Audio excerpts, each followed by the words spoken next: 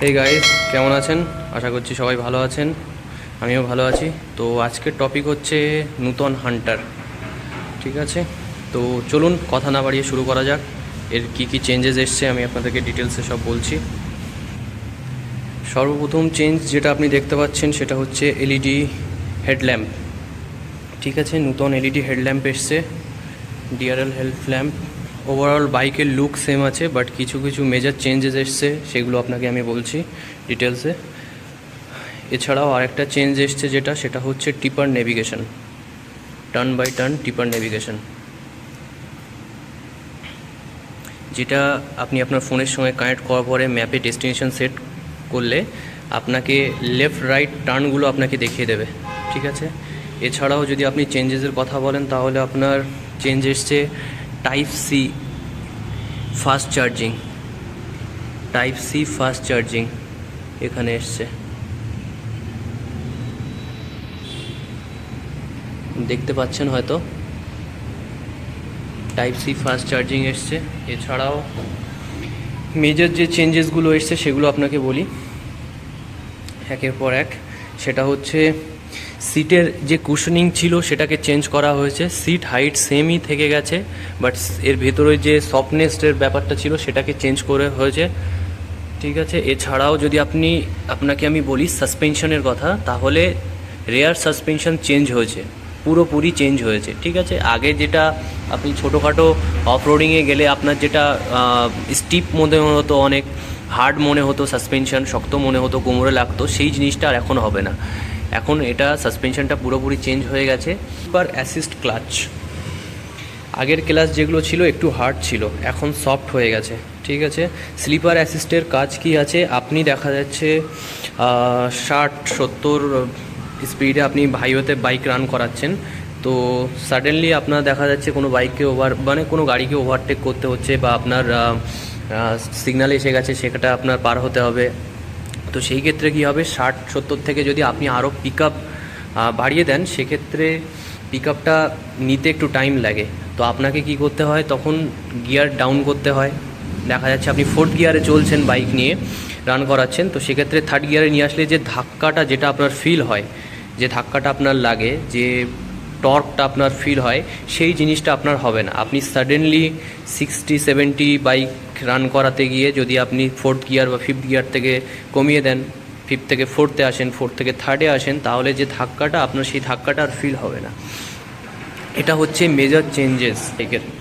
এছাড়াও বাইকের overall look তো সেমই আছে, কালার এসছে চেঞ্জগুলো, যেমন এটা হচ্ছে আপনার টোকিও ব্ল্যাক, লন্ডন রেড, হোয়াইটটা ছিল, এই মুহূর্তে আমি দেখাতে পাচ্ছি না হোয়াইটটা আপনাকে।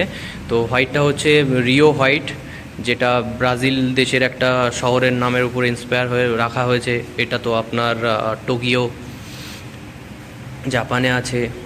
লন্ডন রেড, যেটা আপনি সবাই জানি আমরা লন্ডনে আছে। তো সেইগুলো শহরের উপরে, কালারফুল শহরের উপরে ইন্সপায়ার হয়ে কিন্তু এই কালারগুলোর নাম রাখা হয়েছে বা কালার করা হয়েছে। ওভারঅল বাইকের লুক কিন্তু সেমই আছে, আপনি দেখতে পাবেন। আর চেঞ্জেস বলতে এই কিছু কিছু জিনিস এসছে, যেমন হচ্ছে আপনার হেডল্যাম্প, আপনাকে বললাম, টিপার ড্যাশ নেভিগেশন, আচ্ছা type C port, fast charging port, slipper assist clutch, আর রেয়ার সাসপেনশন, আর সিট। আরেকটা জিনিস বলা হয়নি, সেটা হচ্ছে গ্রাউন্ড ক্লিয়ারেন্স। হ্যাঁ বন্ধুরা, গ্রাউন্ড ক্লিয়ারেন্স যেটা এসছে সেটা হচ্ছে ইঞ্জিনের থেকে যে মাটির দূরত্ব বা রোডের যে দূরত্ব হবে, সেটা 150 mm ছিল, এখন এটা 160 mm হয়েছে।